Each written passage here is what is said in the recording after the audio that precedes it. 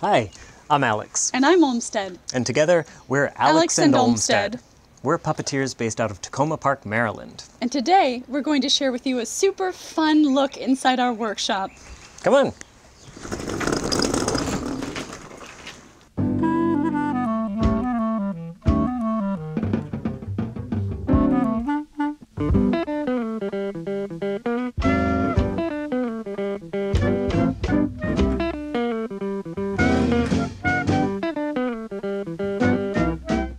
Our workshop is a converted garage. It has electricity, but there's no heat, plumbing, or insulation. It's cold in the winter and hot in the summer, and sometimes it floods when it rains. We keep a little rain bucket near this section of the roof, and we often choose to leave a layer of wood chips and sawdust on the floor to help absorb whatever other rainwater gets in. There are times of the year when it's more comfortable than others, but there's no question that this space has made all the difference for us as artists and makers. We could not do what we do, or have made what we made, without this incredible space.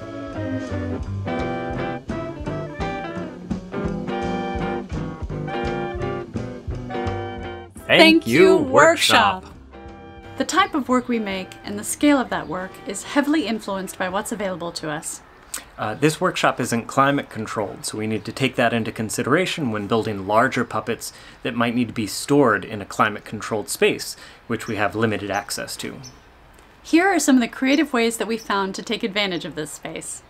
We use common methods for organization, like these shelves, Paint shelves, miscellaneous prop and material storage, old cranky scrolls, Teddy Ruxpin, screws and nails and leather scraps, practical tool storage that we use a lot,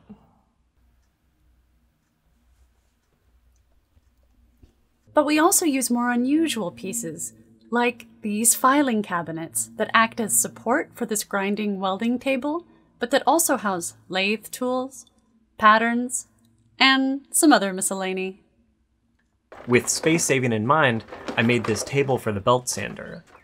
If you loosen these screws, the whole thing rotates around and becomes a table for the chop saw.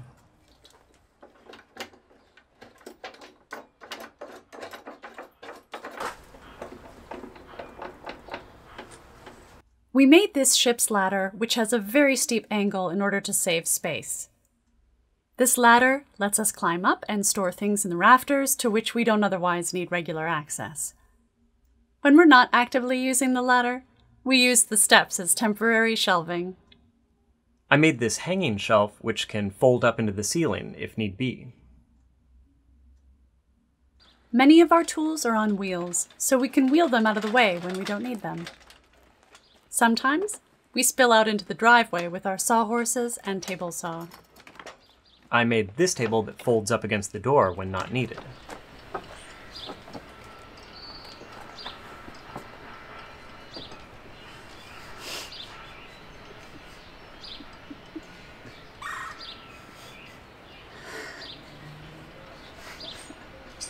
Now we'll show you some of our favorite tools.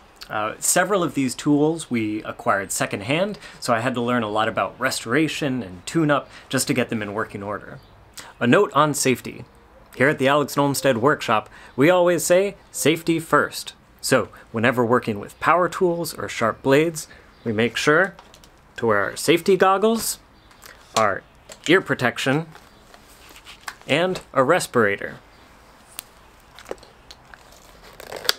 That way we always make sure that we're staying with the dust on the outside of our lungs and out of our eyes. Remember, folks, safety first. In addition to protecting ourselves, we often work very carefully with the machines. We take pauses, we take little breaks, and we remind ourselves to breathe. That's right. Slow is smooth and smooth is fast is the saying that we often say to ourselves both in the workshop and backstage before a performance. And now, ladies and gentlemen, welcome the Alex and Olmsted Star Players! The bandsaw, great for cutting thick material that has curves. This machine can often get quite loud, so we've outfitted it with a purr dampener. The scroll saw! This thin, curved blade, moving in a reciprocating motion, is ideal for cutting intricate shapes out of thinner material. The welder! This flux core welder may not give as clean of a weld as MIG or TIG, but with a little cleanup afterwards you can still get a pretty nice piece. Remember, a grinder and paint makes me the welder I ain't. The lathe! A dream of a tool. This turns square wood into round wood. Because of the high-speed steel used in the gouges, you need to sharpen them on a slow grind wheel. We built this jig to ensure a proper bevel on each tool. The Dremel Box! Our latest tool, designed by Icelandic puppeteer Bernd Grodnik. This has a hole for a vacuum hose and built-in lights, so you can use the Dremel without spreading fine dust all over the workshop and your lungs. The drill press! A steadfast tool in any fine home shop. Essential for drilling precise holes. Never leave home without one. The table saw! This handsome tool is at home in even the most modern workshop. Accurately cut straight lines or dados into wood. And don't let the size fool you. This too folds up into a convenient size and tucks away when company's expected. The Workbench is where we spend the greatest majority of our time. It's a combination workspace and storage area that really makes up the heart of the workshop. Air compressor and pneumatic tools. Sandpaper storage. Tubes for rod-shaped objects. Things that make holes. Things that cut. Things that measure. Things that have a pointy tip. Lots of things. I recently built this carver's vise out of regular threaded pipe.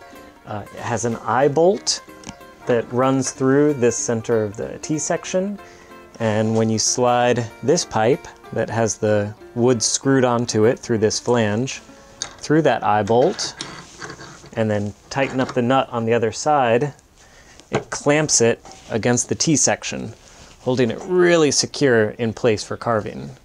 This is super convenient because then you can easily loosen it and rotate this piece to get exactly how you want to carve on it.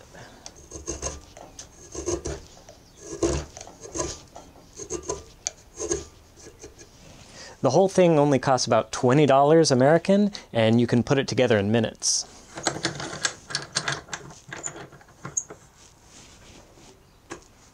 The workshop is also a great space for brainstorming and writing. It's so nice to be able to enjoy some sunshine and fresh air while we work in a dedicated creative space. In addition to this workshop, we also devote a corner of our bedroom to an indoor studio / live streaming theater. That's right.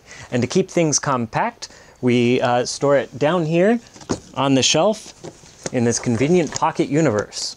Let's go now.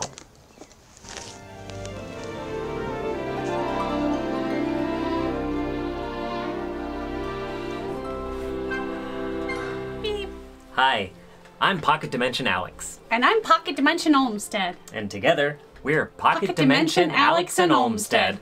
We're puppeteers based out of the Pocket Dimension. And today, we'll be sharing with you our Pocket Dimension studio. Regular size... Excuse me. Regular size Alex and Olmsted may get to work on the really big puppets, but when it comes to small things with lots of tiny detail, there's no job too small for us. As you can... Excuse me. That's all right. As you can see, the Pocket Dimension studio is quite cozy, and there are many tools here that help make the work possible. Since the pandemic, we've been working a lot more with small paper puppets that we can hold right up to the camera so that our audiences can see all the lovely little detail that we wouldn't be able to see in a live theater scenario. These puppets could be entirely created by hand, but we really appreciate the speed and accuracy of a die-cutting machine, like this Cricut Maker. Even though this is a Pocket Dimension, the machine isn't magic. You can't just push a button and a puppet comes out. Truthfully, it was our many, many years of hand-cutting shadow puppets with an X-Acto knife that led to the foundation of our knowledge of how to create puppets. When designing puppets for the Cricut, It all starts with the computer. We begin by taking reference photos and video to help us analyze form and movement. Then I create outline versions using Adobe Illustrator. I then break up the design into several layers and save the vector paths as SVG files. These paths can then be opened in the Cricut Design Space program, where we can specify settings for the machine based on the intricacy of the cuts and the material that we're cutting. Then, we can send it to the Cricut Maker and have the machine do the tedious work of cutting out the shapes. We still need to assemble everything by hand, joint it together, add control rods, and tweak the puppet to get the design just right. A huge benefit of working with a machine like this is that once you've created your vector paths, you can easily rescale them if you need a puppet at a different size or if you need many versions of an identical puppet. Another recent addition to this Pocket Dimension studio is the 3D printer! Having this tool has prompted us to learn more about 3D design and to apply our experience in sculpting and woodworking into a digital platform. And we almost skipped over the most important tool in the Pocket Dimension. Our computer! We not only use the computer for the Cricut and the 3D printer, but also for editing our videos and films and live streaming our performances around the world. Due to the space limitations of the Pocket Dimension, we've had to make several adjustments to our show Milo the Magnificent so we can perform it in a quarter of the space we usually have in a live theater. However, adjusting to performing online isn't all bad. Now we can take advantage of the frame of the camera and do several things that we couldn't otherwise do in a live space. Thank you for joining us on this multi-dimensional tour of our workshop and studio. And until next time, Happy puppet making! Well, thank you all so much for coming to visit the Alex and Olmsted workshop. It was so much fun to be able to take you through multiple dimensions and share our creative spaces with you. So, until next time, happy puppet making!